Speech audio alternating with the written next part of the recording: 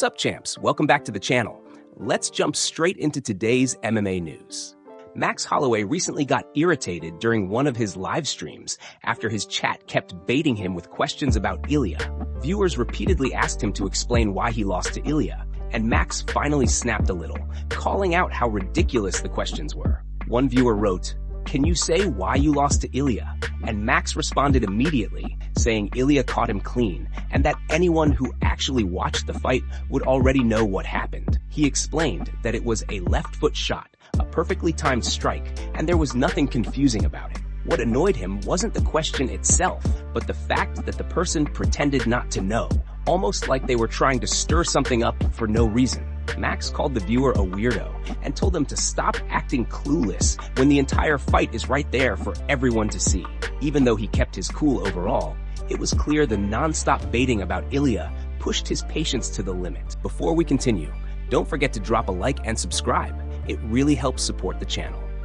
Moving on to another news, Arman just appeared on Daniel Cormier's channel and dropped a massive update that has the entire lightweight division buzzing. Just a few days ago, Ilia posted that viral backstage clip where he bumped into Arman, put his hand on Arman's neck in a playful but clearly passive-aggressive way, and then later went online saying Arman didn't say anything in person and only talks on the internet. That clip sent everyone into debate mode, but now Arman has completely flipped the narrative by revealing what actually happened in that moment. On DC's show, Arman explained that Ilia didn't confront him the way social media made it seem. Instead, he said Ilia greeted him respectfully, saying, "Brother, how are you?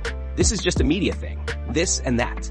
And then came the bombshell. According to Arman, Ilia confirmed right there backstage that their fight is next. He told Arman directly that he will defend his lightweight belt against him as his first title defense at 155 after knocking out Charles Oliveira. Hearing this, everything suddenly started to make sense. The UFC has been completely silent about Ilia's next move for weeks, which had fans confused, but now the timeline is clearer than ever.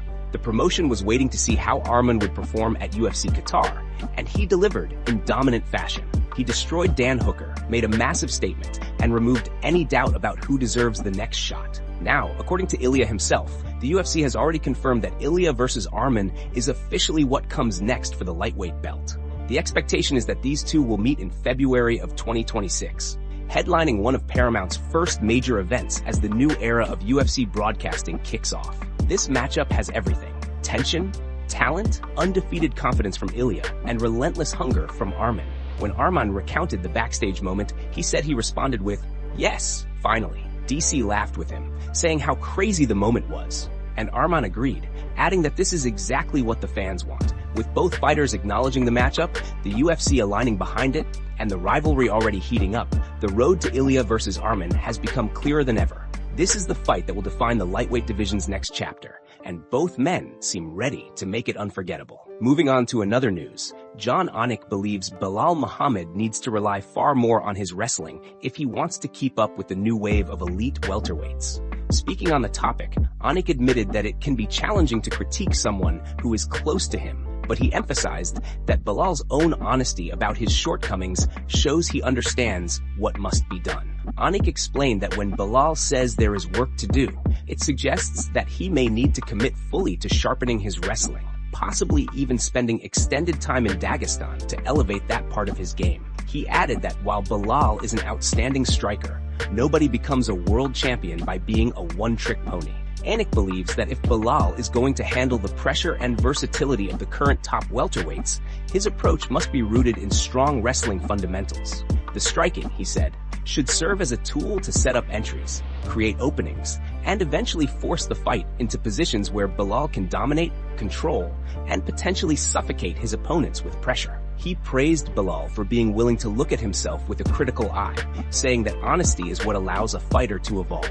Building on Anik's thoughts, it was noted that Belal seems to be thinking along the same lines, strengthening his wrestling, tightening every detail, and using his striking as a means of getting to the legs or securing takedowns appears to be the direction he is considering. This combination of awareness, humility, and strategic adjustment could determine how successful Belal will be as he continues his push toward the top of the welterweight division. Moving on to another news, Arman recently appeared on Daniel Cormier's YouTube channel and broke down exactly how he plans to finish Ilia if they ever meet inside the octagon. DC asked him how he would beat Ilia, reminding viewers that nobody has managed to hand Ilia an official defeat.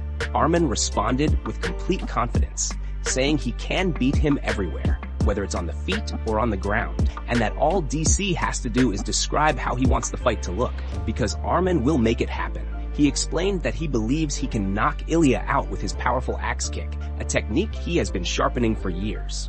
DC laughed and admitted he enjoys watching Arman throw that kick, calling him incredibly athletic. Arman doubled down, saying he would make Ilia tired with constant pressure, high pace, and smart movement before landing the perfect shot. He said his plan is simple: stay sharp, drag Ilia into deep waters, then unleash his axe kick and finish the fight with authority. Arman also touched on the discussion around whether he would take another fight before getting a title shot.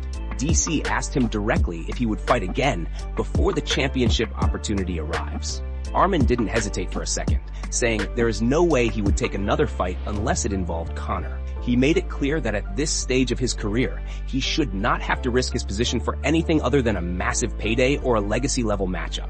DC pushed the conversation further, asking Arman if he truly wants to fight Conor. Arman said Conor recently claimed he had been on a spiritual journey, but even with that, he would never fight Arman. He believes Conor and the UFC would never allow that matchup because it would be a nightmare for Conor's style and current level of activity. Arman emphasized that the only realistic options are a title fight or Conor. And since Conor will never take the bout, the path forward is clear. He wants the belt, he believes he has earned his shot, and he is ready to finish whoever stands in front of him with the explosiveness, confidence, and precision he has shown throughout his run. Moving on to another news, Daniel Cormier fires back at Jon Jones after new comments and fresh footage stirred up the MMA world. Recently, Jon claimed he was offered a charity grappling match against DC, saying he immediately agreed and wanted to see what would come of it. He also mentioned being 3-0, which quickly reignited their long-standing rivalry. Not long after, new clips surfaced online showing Jon eating food in Chechnya, and fans quickly picked up on the moment. DC jumped into the conversation, leaving a sharp comment asking why Jon wasn't spending Thanksgiving with his family and why he was overseas during the holiday. The remark quickly spread across social media, fueling even more discussion around their tense history. As the back and forth continues, fans are once again debating whether these two legends will ever truly put their rivalry to rest, or if moments like this will keep the fire burning. Moving on to another news, Ilia has officially shut down the rumors about him fighting in January. He made it clear, saying he will not be stepping into the octagon at the start of the year. For weeks, fans believed he would headline the first UFC Paramount card, but according to Alvaro Coinro, things have changed dramatically behind the scenes. He explained that there have been private situations influencing the timeline, and that people are going to be very surprised by what is coming in the lightweight division. He confirmed that Ilia will not fight in January, and even February seems highly unlikely. If he had to predict, he believes Ilia will probably return in the spring. At the same time, new rumors have started to take over the conversation. It is now being suggested that Paddy Pimblett will face Justin Gaethje on that first Paramount card. Multiple sources have reportedly told him that the fight targeted for UFC 324 is indeed Paddy Pimblett versus Justin Gaethje, and that this matchup could very well serve as the main event. DC also chimed in, saying that in his view, this is the fight that makes the most sense for the top spot on the card. His interpretation is that the winner of this matchup will end up facing Ilia in either the spring or summer, depending on how the division moves. Of course, there is another major factor in the mix. If Dustin Poirier ends up getting the fight against Islam at the White House event or during International Fight Week, that would shift everything in a different direction. In that scenario, the lightweight title picture becomes even more unpredictable. Meanwhile, Arman, who many people believe deserves the next shot based purely on merit, appears to be pushed out of the short-term conversation. Despite his strong performances and rising popularity, it seems he will have to wait and see how these moving pieces settle.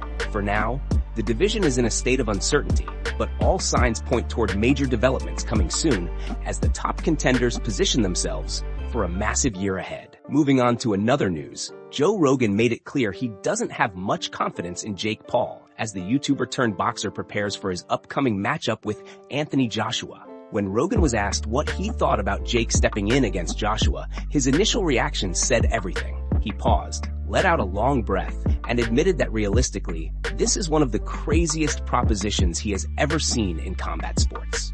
He explained that Jake just finished a boxing match that looked more like a light sparring session with a 58-year-old Mike Tyson, and now he's jumping into the ring with one of the most dangerous knockout artists in modern heavyweight history. Rogan suggested watching Anthony Joshua's fight with Francis Ngannou to understand the level of power, precision, and composure Joshua brings when he faces someone who is not in his league. He pointed out how effortlessly Joshua dismantled Francis, reminding everyone that even though Francis is a powerhouse with frightening knockout ability, he was completely outmatched by Joshua's boxing skills. To Rogan, that fight alone shows the massive gap between elite heavyweights and someone like Jake, who is still relatively new to the sport despite his improvements.